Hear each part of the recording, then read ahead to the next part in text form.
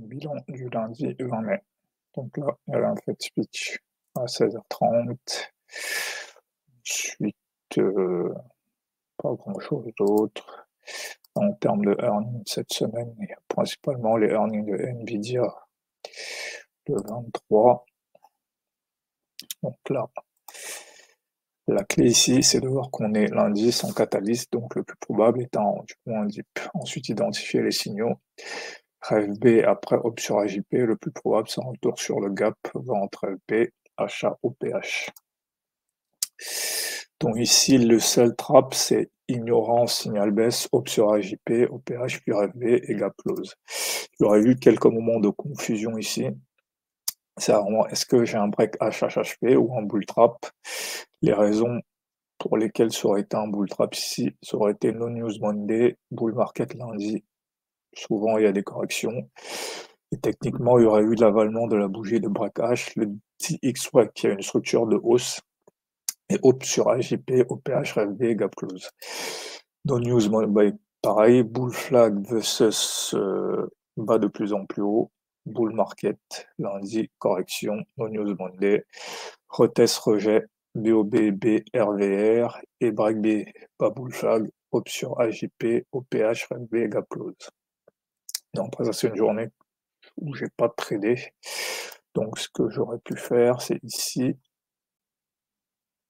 Non, ici j'aurais pu acheter, parce que là j'ai un rebond sur AJP, l'ouverture, par probabilité d'aller chercher HHP, j'aurais pu acheter ici. Et même ici en M5 aussi. Donc là on arrive ici, là j'aurais pu acheter ici, faire value gap respecté en me disant que peut-être qu'il va y avoir un break ou alors on va aller chercher cette zone. Là on commence une phase de stagnation. Là, tentative de bull flag, j'aurais pu racheter ici, ça n'aurait pas été idiot. Mais là, par contre, voilà, c'est ici que je dois inverser ma position et me dire que là, maintenant, le plus probable, ça devient le rêve B au-dessus de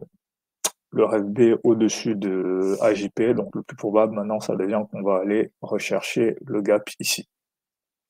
Donc, voilà. Donc, ici, j'aurais pu vendre, je peux vendre ici, je peux vendre ici. Ici, peut y avoir un moment de confusion. Si j'ai pas en tête le fait que là, le plus probable, c'est que c'est un reversal et on va aller fermer le gap. Donc, c'est là où il faut faire un choix. Et là, j'aurais dû choisir le reversal. Donc, ici, je n'aurais pas acheté. J'aurais pas acheté non plus. Et ici, j'aurais même commencé à vendre parce que voilà, ça se voit plutôt. Et en M5, il y a un fair value gap qui s'est formé. On revient dedans et après, on repart à la baisse. Donc, à partir d'ici, en M5, j'aurais pu vendre. Ici, j'aurais dû mettre un ordre ici sous le bull flag parce que dès qu'il break, il devient très probable qu'on va retenir ici. Mais même si j'ai pas mis d'ordre, je peux vendre ici. Là, le SL, c'est 11. Donc, si je rentre ici à 13, on revient ici.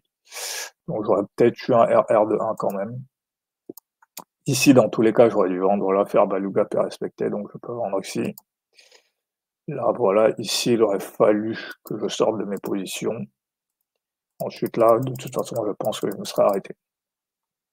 Donc, pas une journée compliquée. Voilà. Si à ce moment-ci, je vois bien ce qui est en train de se passer, on a ouvert au-dessus de AJP, on est monté et puis il y a un reversal, donc très probable qu'on revienne ici. Donc à partir d'ici, j'aurais dû passer vendeur ennemi en fait.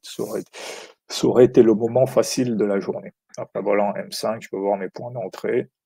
Ici, voilà, cette phase de stagnation, j'aurais pu accumuler des positions ici en M5. Voilà, soit accumuler en M5, soit rentrer à chaque clôture, c'est au choix. Ensuite, ici, voilà, en M1, qu'est-ce que ça donne? Voilà, ici en M1, donc il y a cette zone-ci. Voilà, cette zone-ci où il y a de bonnes entrées, ça correspond aussi au fair value gap.